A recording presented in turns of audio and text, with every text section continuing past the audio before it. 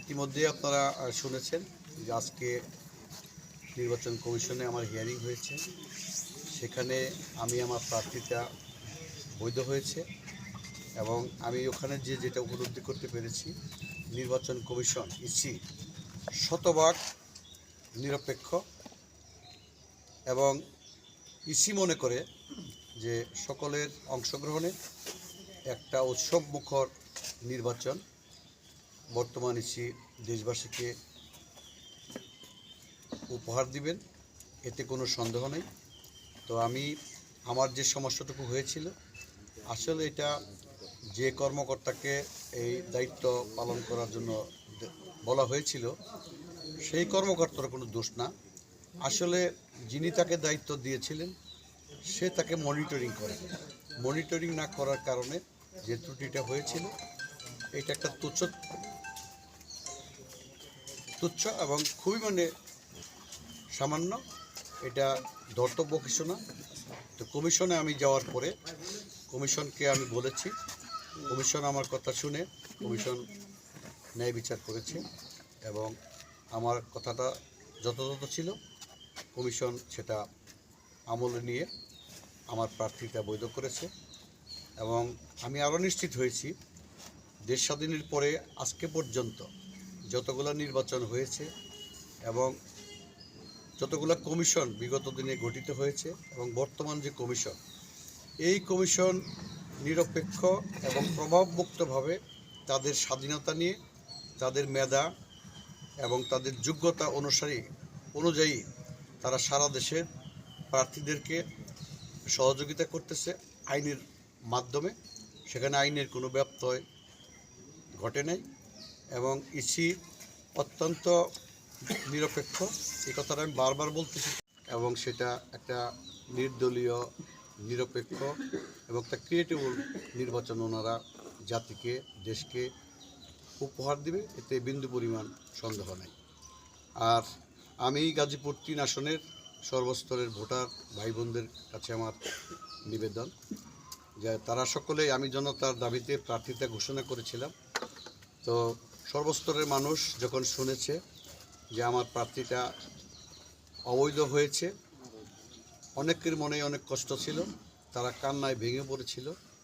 আসলে আমি এই কয়েকদিন ঢাকায় ছিলাম, আমি আসলে এলাকায় না থাকার কারণটা হলো আমার বাড়িতে হাজার হাজার মানুষ আসছে। আমার পরিবারের পক্ষ থেকে আমার ওয়াইফ ব্যক্তিগতভাবে তাদেরকে সান্ত্বনা দিয়েছে এবং আজকে আমি যখন প্রার্থীতা ফিরে পেয়েছি, তাৎক্ষণিকভাবে আমি ঢাকা থেকে বাড়িতে চলে আসার পরে যাদের সমর্থনে দলমত নির্বিশেষে আমি নির্বাচন করতেছি, তারা এখানে সামান্য কিছু লোকজন উপস্থিত হতে পেরেছিল, কারণ তারা বুঝতে পারে না যত স্বল্প সময়ের মধ্যে আমি বাড়িতে আসবো। এর মধ্যে আপনারা মিডিয়ার ভাইরা আসছেন, আপনাদের প্রতি আমি কৃতজ্ঞ। আপনারা আমার কথাগুলা গাজীপুর আমাদের সংসদীয় আসন 196 এবং গাজীপুর 3, এই গাজীপুর 3-এর সকল সম্মানিত ভোটার ভাই বোনদের কাছে আমার এই মেসেজটা ইনশাল্লাহ পৌঁছে দিবেন। আমি ইনশাল্লাহ আজকে থেকে প্রার্থীতা বৈধ হওয়ার পর থেকে আমি আজকে থেকেই নির্বাচনের কার্যক্রম আমি শুরু করব। আর আপনারা জানেন যে সঙ্গত কারণেই আচরণবিধিকে সম্মান জানিয়ে আমরা যারা প্রার্থী হয়েছি, বিশেষ করে আমি একজন শিক্ষিত মানুষ, শিক্ষকতা করেছি, দীর্ঘদিন আমি স্থানীয় সরকারের দায়িত্ব পালন করেছি। আমি 15 বছর মির্জাপুর ইউনিয়ন পরিষদের চেয়ারম্যান ছিলাম, আমি 3 বার গাজীপুর সদর উপজেলার চেয়ারম্যান হয়েছি।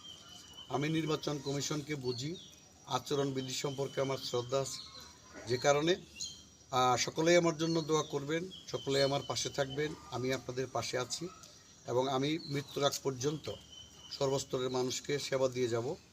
আর যে কারণে আমার প্রার্থিতাটা বাতিল হয়েছিল, আমাদের গাজীপুর জেলার সম্মানিত জেলা প্রশাসক এবং রিটার্নিং অফিসার উনি সহ ওনার যারা নির্বাচনের সংশ্লিষ্টতার মধ্যে যারা জড়িত সকলকে আমি ধন্যবাদ জানাচ্ছি। এটার জন্য ওনারাও দায়ী না, এটা একটা মিসআন্ডারস্ট্যান্ডিং হয়েছিল। এটা যে অফিসারকে দিয়েছিল সেই অফিসারের দূরদর্শিতা কম ছিল, সে নতুন তরুণ একজন অফিসার। আমি তাকে আহ্বান জানাবো ভবিষ্যতে তার কাছে এই ধরনের দায়িত্ব আসলে সেজন্য নিরপেক্ষভাবে সেটা দেখে এবং একটা প্রার্থীকে যেন সে হতাশ করে না দেয়। আর সর্বশেষ নির্বাচনটা একটা উৎসবমুখর হবে, সকলের অংশগ্রহণই হবে। আমি শ্রদ্ধা নিবেদন করে আপনাদের সকলকে আমি ধন্যবাদ দিয়ে, আর মিডিয়া কর্মী যারা আছেন আপনারা সর্বক্ষণ আমার পাশে থাকবেন। আপনারা জানেন যে ইতিমধ্যেই স্বতন্ত্র প্রার্থীর উপরে গুলি হয়েছে, স্বতন্ত্র প্রার্থী মারা গেছে। তো সামনের নির্বাচনের পরিস্থিতি যেদিকেই যাক, প্রতিপক্ষ চাবে আমাকে ঘায়েল করার জন্য। আমি ইনশাআল্লাহ আল্লাহর রহমতে জনগণের সমর্থন নিয়ে দাঁড়িয়েছি, সেই সক্ষমতা আমার আছে। তারপরে মিডিয়া আপনারা আমার পাশে থাকলে, জনগণ আমার পাশে আছে, ইনশাআল্লাহ আমি নির্বাচনকে ওভারকাম করতে পারবো এবং বিজয়ের ব্যাপারে আমি ইনশাআল্লাহ সুনিশ্চিত। সকলকে ধন্যবাদ। আসসালামু আলাইকুম। যে কথাটা বলেছেন এটা যৌক্তিক কথা। আসলে আমি গত উপজেলা নির্বাচন করার কারণেই আমাকে দল থেকে বহিষ্কার করেছে। আমি সেই নির্বাচনে জয়ী হয়েছি। দল মনে করেছে যে আমি দলের আচরণবিধি ভঙ্গ করেছি। আসলে আমি মনে করি এটা আমার অর্জন। কারণ হলো আমি এই একদম লাস্ট টায়ারের লোকের সাথে আমার সম্পর্ক। আমি ইউনিয়ন পরিষদের চেয়ারম্যান ছিলাম, উপজেলা চেয়ারম্যান হয়েছি। জনগণের একটা চাওয়া পাওয়া থাকে, যেহেতু আমি গ্রামে থাকি, শহরে আমার কোনো ঠিকানা নেই। গ্রামের মানুষের চাওয়া পাওয়াটাই আমার কাছে প্রাধান্য। আমার উপরে দলীয় কোনো চাপ নাই ইনশাল্লাহ। আর আমি দল থেকে চলে আসার পরে আমি দলের সকল কার্যক্রম থেকে আমি দূরে আছি এবং আমি শুরু থেকেই জনতার প্রার্থী হিসেবে প্রার্থীটা আত্মপ্রকাশ করেছি।